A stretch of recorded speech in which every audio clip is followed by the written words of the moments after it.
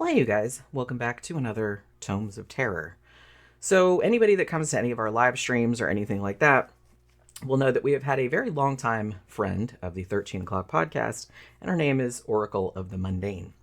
And she quite often recommends books for me to check out because she knows that I'm really into horror books and things like that. And honestly, all of the recommendations of hers that I've read, she's never steered me wrong yet, and this time was no exception. So just very recently, like a couple weeks back, she was actually kind and generous enough to buy me an ebook of the Barbara Hambly 1994 supernatural fantasy called Bride of the Rat God. Now, this book immediately intrigued me because that's an amazing title. I was just kind of like, okay, I got to find out what that's all about. And as I read it, it just ended up getting like better and better, like as I got further into the story. I'd actually never read anything by Barbara Hambly before, but she's a very, very prolific novelist. Her Wikipedia page is just hugely long. Like, she's written a bunch of stuff. And she's a screenwriter, too. She mostly works in science fiction, fantasy, and historical fiction. And she's even written some books in the Star Wars and the Star Trek universes. So, yeah, I mean, if all her books are as cool as this one, I'm going to have a lot of reading to do, I think. Because I pretty much loved everything about this book. I mean, everything from its totally kind of weird premise to just this really immersive historical setting that it had, to these great nuanced characters. Plus, there are 3 adorable hero dogs who are kind of fleshed out characters in their own right, and also, kind of spoiler alert, don't get killed. So yay. So the story is set in Hollywood in the early 1920s. I believe it's 1923. So this is, obviously during the days of silent films and Prohibition, all that kind of stuff. The way that the setting is described is just so gorgeous and so mesmerizing that you can picture everything in your mind, just clear as crystal. There's these big, obviously, like, lavish Hollywood parties with all these glamorous women and, like, these kind of cigar chomping wheeler dealer type dudes, like studio heads and stuff. And then there's scenes set in Chinatown, all these, like, busy avenues and all these people running back and forth and opium dens and all that other kind of stuff. And everything that's described is just so, I mean, you can smell it. Like, you really, really feel like you're there. It's just so well described. So our main character mostly is Nora. The whole thing is, it's not first person, it's third person, but it's all from her point of view. So she's a young English woman, and her husband Jim was killed in World War I. Now, after he died, she ended up kind of destitute and ended up being forced to work as sort of like a maid/companion to this really crotchety, like, abusive old woman in Manchester. There isn't a huge amount of detail given about her past, about all of this, but there's kind of just enough to get the gist of what she went through, like her history. Now, quite by chance, Jim's sister is a famous Hollywood actress and also the mistress of a powerful studio head. Now, she goes by the fabulous and fake name of Crescenda Flamande, which I was like, oh my god, that's fantastic. I love that name. Her actual name is Christine. Actually, that's not true. She actually has a Jewish name, but I can't remember what her first name was. But she goes by Christine, like, pretty much through the whole thing of the story. But her, screen name is Crescenda Flamande, which I thought was pretty awesome. Now, Christine, prior to the events of the novel, went to visit Nora in England. She was over in England, like, buying some dogs. And she decides when she meets up with Nora that she's going to rescue her sister-in-law from her terrible situation and bring her back to Hollywood and kind of give her a job as her assistant/dog handler person, and companion. She lives in the house with her and stuff like that. Nora is overjoyed to agree to this plan, obviously, because she's, in this horrible, abusive situation. It's just drudgery. But the thing about it is that her personality, she's quite reserved and kind of down to earth. I want to say a little bit dowdy, but that sounds like kind of negative, and she's not really like that. She's just very reserved, like I said. And so when she comes to Hollywood, she's kind of bemused, I guess, like, by this freewheeling debauchery of the movie business and just the whole seedy glamour that Los Angeles had back at that time, and still does, I guess. Now, the dogs that Christine bought, by the way, are 3 tiny Pekingese. Their names are Black Jasmine, or Jazz for short, Changming, and Buttercream. Those are their names. So these adorable little puffballs play a huge part in the plot. They're not just there as just kind of accessories or whatever.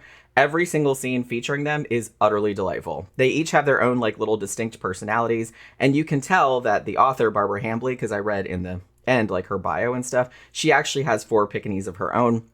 And so that's how she knows so much about the breed and was able to imbue these little dogs with their own little personalities.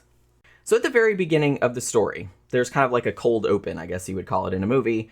And Christine is filming a scene from her latest movie, which I think is called Kiss of Darkness.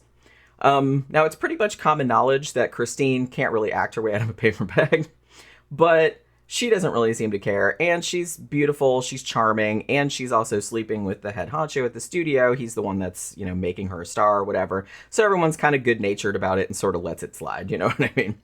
Now, this head honcho of the studio has given Christine as a present this beautiful opal necklace that was, purportedly, stolen from the Imperial Palace in China.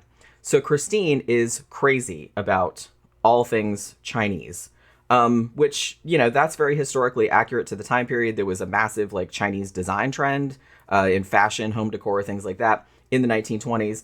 Although I will note that actual Chinese people in California, of which there were many, obviously, weren't treated all that hot. And that's kind of a fact that this story occasionally alludes to. It's kind of like a background sort of aspect, I guess. So Christine is wearing this necklace for the scene that she's shooting. And later on, after the shooting is over, this elderly Chinese man tries to get to her, saying that he has to tell her something that's like a matter of life and death. Now, he gets escorted from the premises. Everybody thinks it's a little weird, but then they just figure, oh, he's just an obsessed fan. That kind of stuff sort of happens all the time. It's never been an old Chinese man, but they've had similar things happen, so they're just like, whatever. And there's a party later that night that Christina's invited to, but Nora isn't, because like I said, she's just kind of the assistant or whatever. But Nora actually ends up not minding too much because she starts hanging out with Alec, who is the cameraman on the film. So over the course of the story, the two of them kind of develop this actually kind of sweet, low-key kind of romance. But if you're not into romance novels, don't worry. It's not a romance novel type of thing. Their relationship is kept very much on the edges of the main narrative, and it's like pretty understated. Now, after the party, a horrible, horrible tragedy occurs. There's an older actor on the film whose name is Charles Sandringham, and he goes home with his latest, much younger boyfriend, who was a stuntman on the same movie, named Keith. And Keith, somehow, ends up brutally murdered, just butchered. Nobody is entirely sure if Charles did it. He was so drunk, he's an alcoholic, and he's so drunk that he doesn't remember anything. But everybody who knows him doubts he could have done such a horrible thing. It's not only is he a really nice man, but he's also much older. He's in his 60s, and the dude that he's dating is really, really young and really fit. And he's there's just no way, no way. But just in case something untoward happened, the studio executives make him go into hiding, and they tell the press that he had to rush to Vermont, I think it was, to take care of his sick dad or some shit like that. So there's no way that he could have been responsible for killing the dude, right?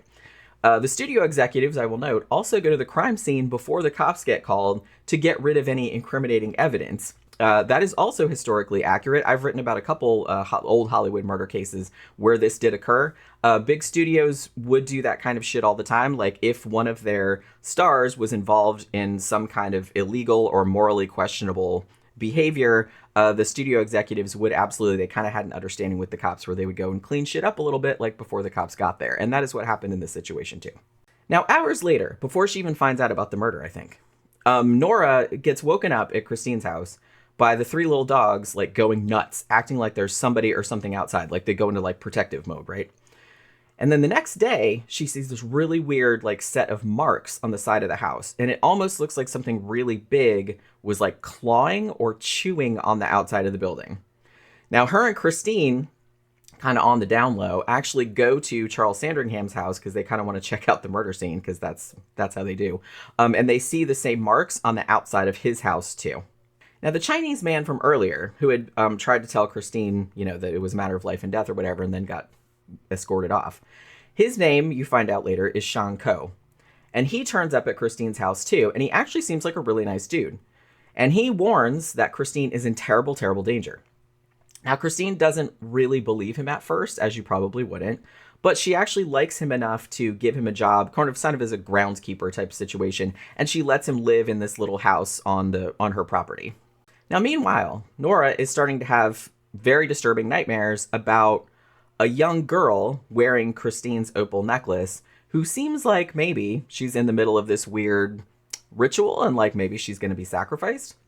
Now, we find out through Shanko that the necklace is actually kind of like a cursed item, I guess, and it essentially draws the attention of a kind of demon to whoever's wearing it.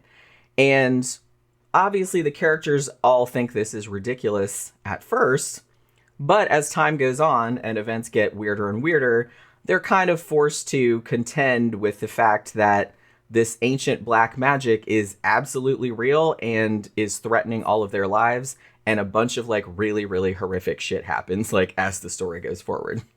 So as I said, this was a beautifully written book. The prose is just so evocative. Like I said, you can really, really just see it in your mind. Like it's just a gorgeously written book.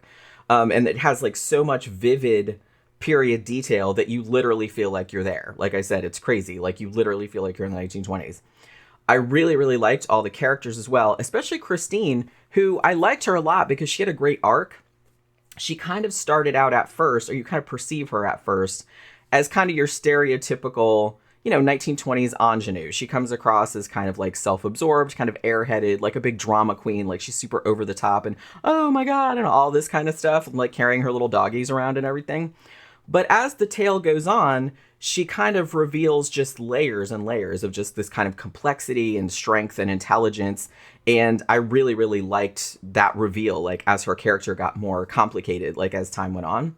And I think like her relationship with Nora, her sister-in-law, is also great because the pair of them are pretty much opposites, in personality, but they have this really, really deep sisterly love for one another, and it really shined through all of their interactions. Like you could totally see how these two opposites would be like best friends, you know what I mean? Alec, Nora's love interest, also a great character. He's very heroic, but without being like your standard action hero type of dude. He's a cameraman, so he's actually just a short like AV geek kind of dude, like with glasses and stuff. But when push comes to shove, like when shit really starts hitting the fan, which it does, like, as the story goes on, he ends up being like just as fearless and just as resourceful and really just as noble as all of the other characters end up being. And again, I would be remiss if I didn't reiterate how awesome the three little doggies were. I love the way, like I said, they're not just accessories, because like I said, you can kind of think that here's this stereotypical 1920s actress with her fabulous silk gowns and all her makeup and snorting cocaine and drinking gin, carrying her three little dogs around in her arms everywhere and making everybody do her bidding and shit. But the dogs, like I said, end up like really woven into the story and becoming characters in their own right. And they actually end up playing like an integral part in the events. And they even have kind of like a starring role, like in this big epic climax, where they're ended up fighting this demon thing. So yeah, if you're into stories about old Hollywood that kind of take a peek behind the facade, I guess, to show like how like depraved and all of the tawdry shit that was going on behind the scenes, like all the drugs and the alcoholism and all the overwork, because this was before the Screen Actors Guild and all that kind of stuff, when they would just work you 18 hours a day and then make you get up at 4 o'clock in the morning and shoot again the next day, like 7 days a week, you know what I mean? And you didn't really have any recourse. So if you like all that kind of stuff and like old Hollywood scandals and stuff, then you will probably really dig this. And as a bonus, there's also kind of like a scary Chinese demon thing, like going around terrorizing these characters. And the characters are just so well drawn that they actually seem like living, breathing people that you're really kind of rooting for like the whole time. Like you don't want anything bad to happen to them. So yeah, this was a totally fun, totally absorbing read. If you really like historical set fantasy that has kind of like a old Hollywood luster to it, and then like some Chinese mysticism and stuff like that, then I can't imagine that you wouldn't love this, because it's pretty fucking awesome. That will do it for this Tomes of Terror. Thank you as always for watching. Remember, if you liked the video, please like, share, comment, and subscribe, and I will see you guys again on the next one. Bye.